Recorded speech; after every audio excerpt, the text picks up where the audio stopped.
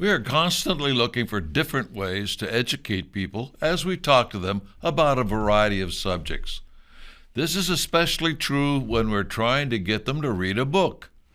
Much of the younger generation may disagree, but reading is the best way to enhance one's education and understanding of what's happening to our world, and more importantly, to understand the solutions to our problems. In addition to reading, another way to educate others is through meaningful conversation. I encourage you to be part of the solution and help spread the word. If you haven't done so already, please subscribe to our social media channels. Then like and share our content. Today, I'm going to explain how you can help educate your prospects when discussing current events. The topic for today will be the issues we are experiencing with oil and gas. Begin with pointing out to your prospects that shutting down the oil wells, pumping, exploration, and refining in the name of the green agenda is placing our country in a very precarious position. One aspect of this is the selling off of our strategic oil reserves. There are many Americans that don't realize what we have these reserves for.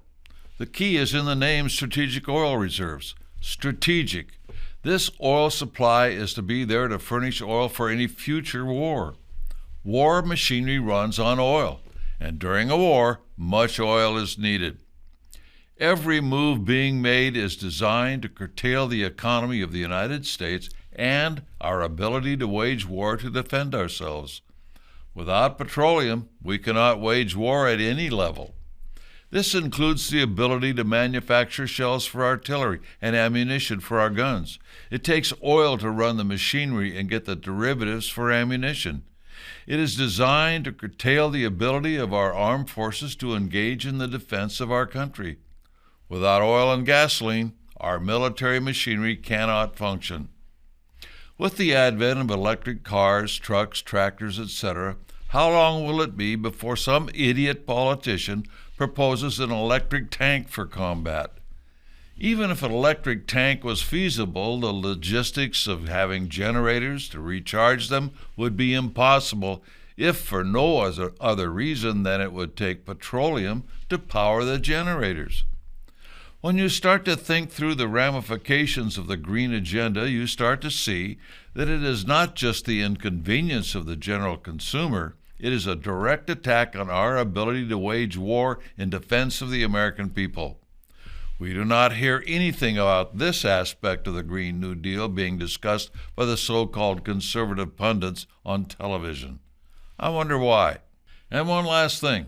I learned this last week that an electric car battery is less efficient in cold weather climates due to the fact that using the heater in the car to keep the passengers warm really drains the power from the battery. As a result, during cold weather, such cars get lower miles per charge than in warm weather climates. It's also a drain simply due to the climate on the batteries.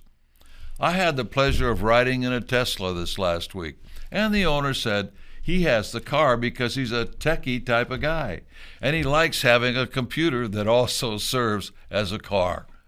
It is a marvelous piece of technology, years ahead of any standard American car. But as he said, it should be the choice of the individual, not a mandate of the government as to what kind of car a person has. Anyway, I look forward to seeing just how an electric tank will operate. Lord help us. As your conversation begins to wrap up with any prospect, I encourage you to always challenge them to read a piece of literature, since it will enhance their education and understanding of what is happening. With what I discussed today, I would highly recommend they read Agenda 2030 or the New American's latest bookazine, The Great Reset. This literature will help give them an idea of what is behind the environmental agenda. They will see that it all leads to the downfall of America.